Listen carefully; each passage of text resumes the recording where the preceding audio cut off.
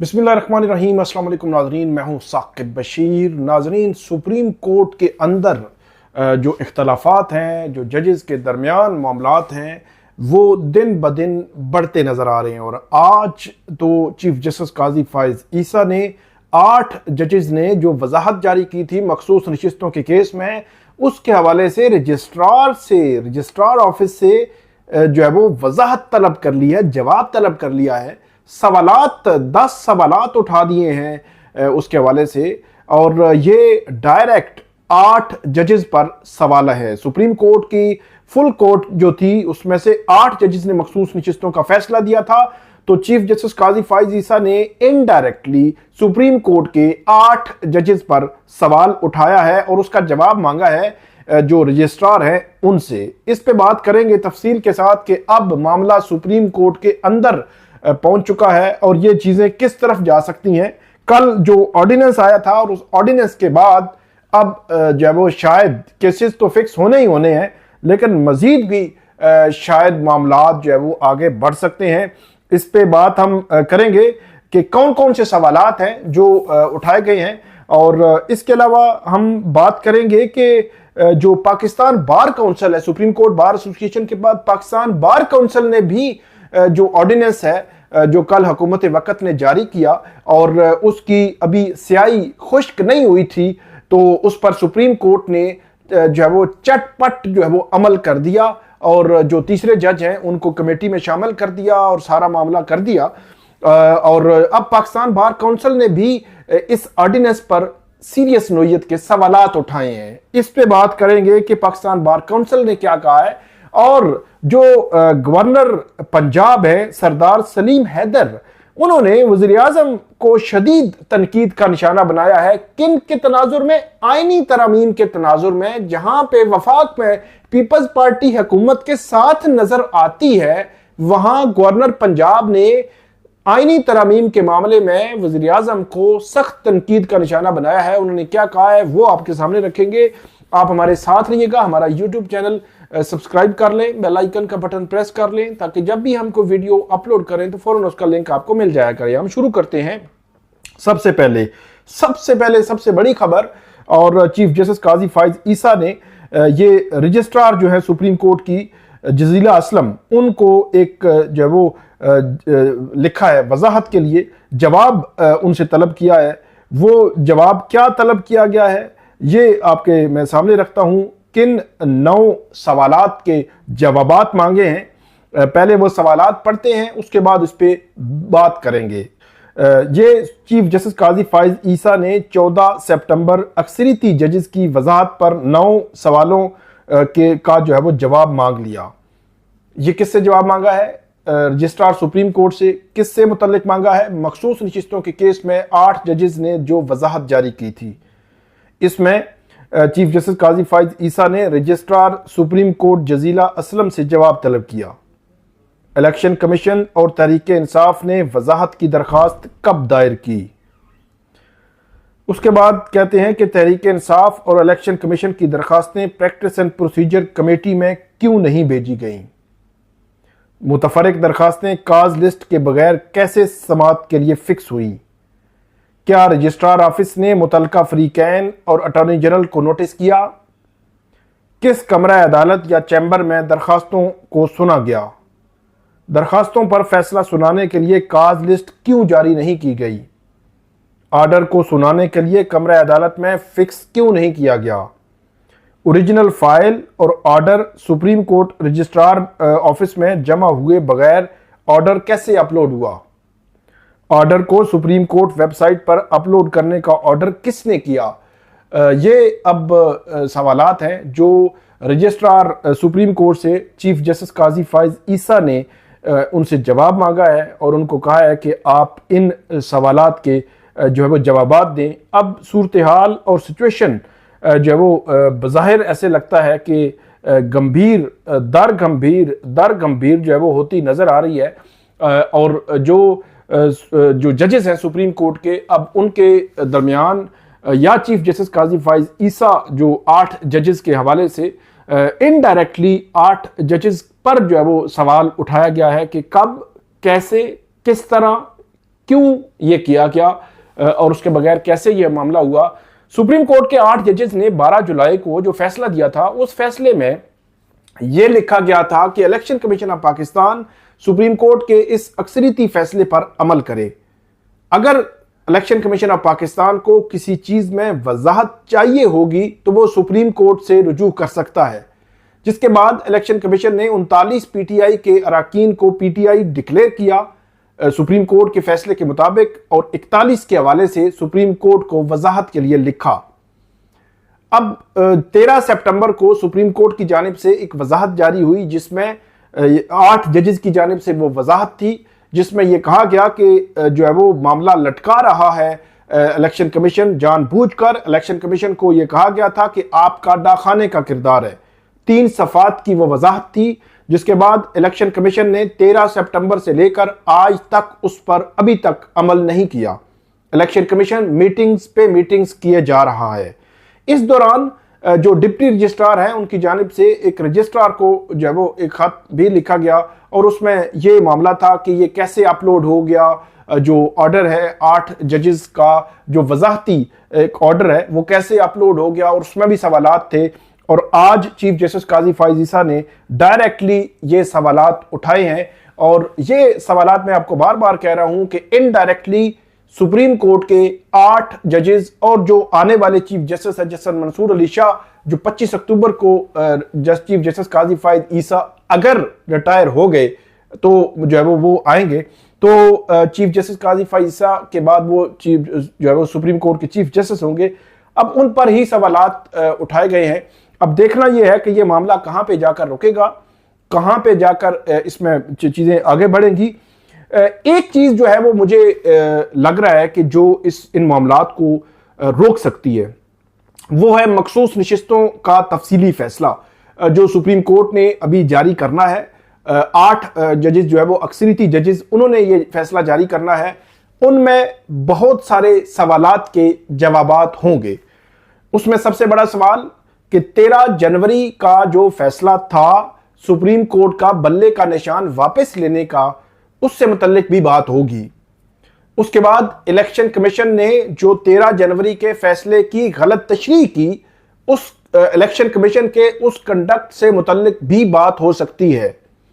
इसके अलावा जो इलेक्शन कमीशन ने जिस तरह ये डिस्ट्रीब्यूशन की मखसूस नशिस्तों की, इससे मुतल्लिक भी बात हो सकती है।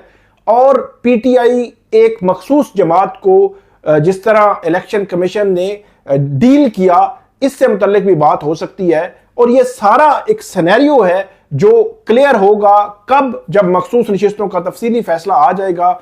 ये जो वजाहत है, मैं ये समझता हूं कि सुप्रीम कोर्ट ऑफ पाकिस्तान को वजाहत 13 सितंबर को जारी करने की बजाय मखसूस नशिस्तों का तफसीली फैसला ही जारी कर देते ताकि क्लैरिटी हो जाती।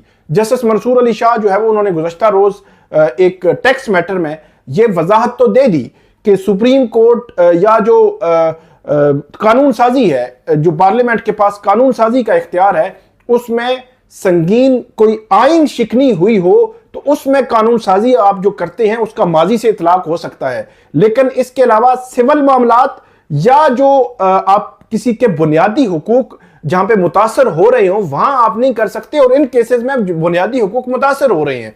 तो ये क्लैरिटी आनी है किसमें, सुप्रीम कोर्ट के 8 जजेस की उस वजाहत में क्लैरिटी आनी है। तो अब हाल ये है, ये जितनी भी चीजें चल रही हैं बिहाइंड द सीन, क्योंकि चीफ जस्टिस काजी फाइज ईसा जिन्होंने 13 जनवरी का बल्ले का निशान वापस लेने का फैसला दिया था, वो किसी तौर पर भी कानूनी और आईनी तौर पर वो दुरुस्त फैसला नहीं था। मतलब अब फैसला आ चुका है, उस पर खुल के तनकीद हो सकती है, और वो एक पॉलिटिकल पार्टी को पूरे इलेक्शन प्रोसेस से जो है वो अलग करने, और फिर हुआ भी यही कि इलेक्शन कमीशन ने वही किया। अगरचे 13 जनवरी को ये फैसला आया, 8 फरवरी को इलेक्शंस थे, और अभी 12 जुलाई को फैसला जब आया तो चीफ जस्टिस काजी फाइज ईसा उन्होंने भी ये बात की कि 13 जनवरी को गलत तशरीह की इलेक्शन कमीशन ने 13 जनवरी के फैसले की। तो इसका मतलब ये हुआ कि वो फैसला भी गलत था दुरुस्त नहीं था, एक पॉलिटिकल पार्टी को साइड लाइन करने के मुतरादिफ था, और सुप्रीम कोर्ट ने फैसला दिया और उसके बाद इलेक्शन कमीशन ने उसकी गलत तशरीह की, तो वो मामला अभी जो है वो मामला उस पर भी ये बात हो सकती है कि जो गलत तशरीह की उसके कॉन्सिक्वेंसेज में इलेक्शन कमीशन का कंडक्ट जो है वो जेर बहस आ सकता है मखसूस नशिस्तों के तफसीली फैसले में।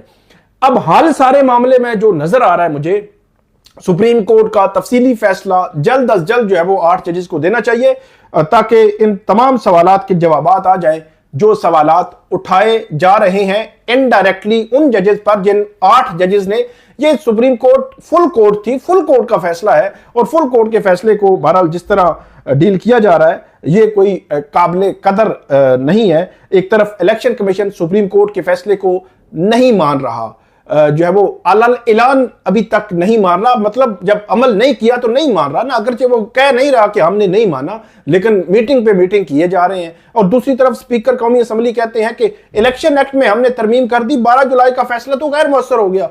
तो उसमें जो स्पीकर कौमी असम्बली है वो एक तरफ जो है वो पार्लियामान वो कह रहा है जी हमने तो माजी से इतलाक कर दिया, हमने लेजिस्लेशन कर दी और दे नशिस्तें माले गनीमत ताकि हम जो है वो इसमें कानून साजी कर सके, बज़ाहिर जो उनका लग रहा है, तासुर लग रहा है। तो ये मामला मखसूस नशिस्तों के तफसीली फैसला आएगा तो तब भी मामला जो है वो हल होंगे, उसके बगैर मुझे ये मामला हल होता नजर नहीं आ रहा। आगे बढ़ते हैं।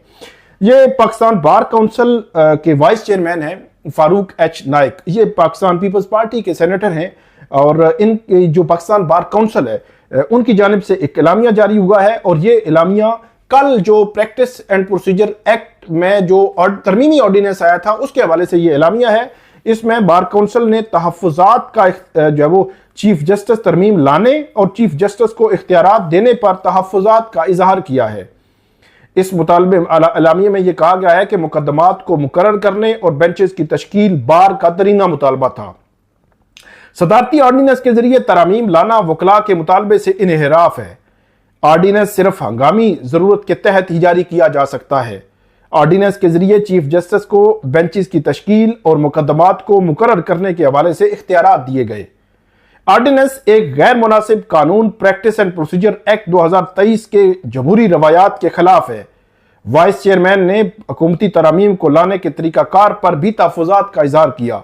हुकूमती राय के लिए ऑर्डिनेंस पाकिस्तान बार काउंसिल के सामने जो है वो रखा जाए, ये जो है वो मामला लाया है। अब पाकिस्तान बार काउंसिल की जानिब से सुप्रीम कोर्ट बार एसोसिएशन के बाद पाकिस्तान बार काउंसिल ने भी इस पर अहम सवालात उठाए हैं और ये कहा है कि ये जो मामला है ये दुरुस्त नहीं है कि इस तरह, लेकिन पाकिस्तान बार काउंसिल भी, सुप्रीम कोर्ट बार एसोसिएशन भी, वकला की बड़ी तादाद, बलूचिस्तान बार काउंसिल भी ये कह रही है कि ये ऑर्डिनेंस दुरुस्त नहीं है। लेकिन मैं आपको बार बार कह रहा हूं कि सदर के दस्तखत की अभी स्याही खुश्क नहीं हुई थी, सुप्रीम कोर्ट ने उस पर अमल कर दिया।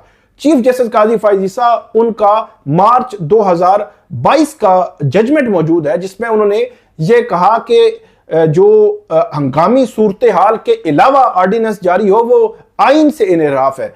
फिर वो प्रैक्टिस एंड प्रोसीजर एक्ट के हवाले से जो CJP chief justice of Pakistan के इख्तियारात के हवाले से कहते रहे हैं कि वो भी लामहदूद नहीं हो सकते, और वो ये क्रेडिट लेते रहे हैं कि उनपे क्रेडिट भी है कि वो जमहूरियत लाए हैं प्रैक्टिस एंड प्रोसीजर। अब जो ऑर्डिनेंस जैसे ही जारी हुआ उस पर अमल करके आगे चीजें बढ़ा दी गई। बहरहाल अब सुप्रीम कोर्ट बार और पाकिस्तान बार काउंसिल जो है वो उन्होंने खुल के इसकी मुखालफत की है। बेहतर होता कि सुप्रीम कोर्ट जो है वो इस तरह ना करती, अगर इस तरह करना है तो ये तो फिर कंट्रोल है, कंट्रोलिंग अथॉरिटी बना दी गई है कि अब हुकूमत जब चाहे ऑर्डिनेंस लाए और कंट्रोल कर ले, ये इस तरह कर दें। हुकूमत चाहे तो ये बेंच बनाना है, ये बेंच बनाना है, ये बेंच बनाना है, और उसके बाद जो है वो एक कंट्रोल जो है वो ऊपर दे दिया जाए। तो ये जो इंडिपेंडेंस ऑफ जुडिशरी है इसमें फिर कंप्रोमाइज होती है।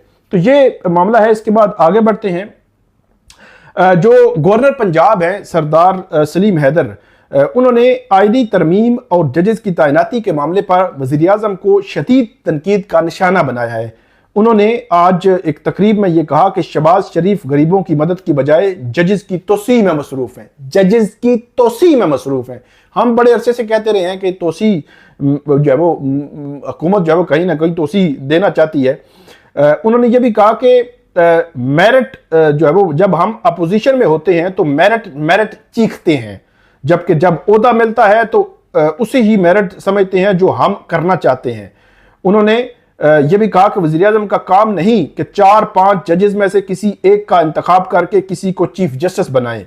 तारीख गवाह है जब ऐसा हुआ तो उससे सियासतदानों को जूते ही पड़े हैं। उन्होंने यह भी कहा कि हमारा निज़ाम इंसाफ बहुत कमज़ोर और फरसूदा है। इसमें उन्होंने जो पुलिस का किरदार है उसके हवाले से भी खुलकर जो है वो बात की और यह भी कहा कि 4 माह में बतौर गवर्नर उन्होंने अपनी कारकर्दगी का भी बताया और यह भी कहा कि चीफ जस्टिस मेरिट पर बनना चाहिए और किसी की तौसीह नहीं होनी चाहिए। पहले नंबर वाला काबिल नहीं तो यह कौम की बदकिस्मती है। जब जजेस, जर्नैल, ब्यूरोक्रेट मुल्क का दर्द महसूस करेंगे तो फिर मामला जो बढ़ेंगे। तो उन्होंने बुनियादी तौर पर जो वज़ीर-ए-आज़म है उनको शदीद तनकीद का निशाना बनाया है। किस मामले पर? तौसीह के मामले पर।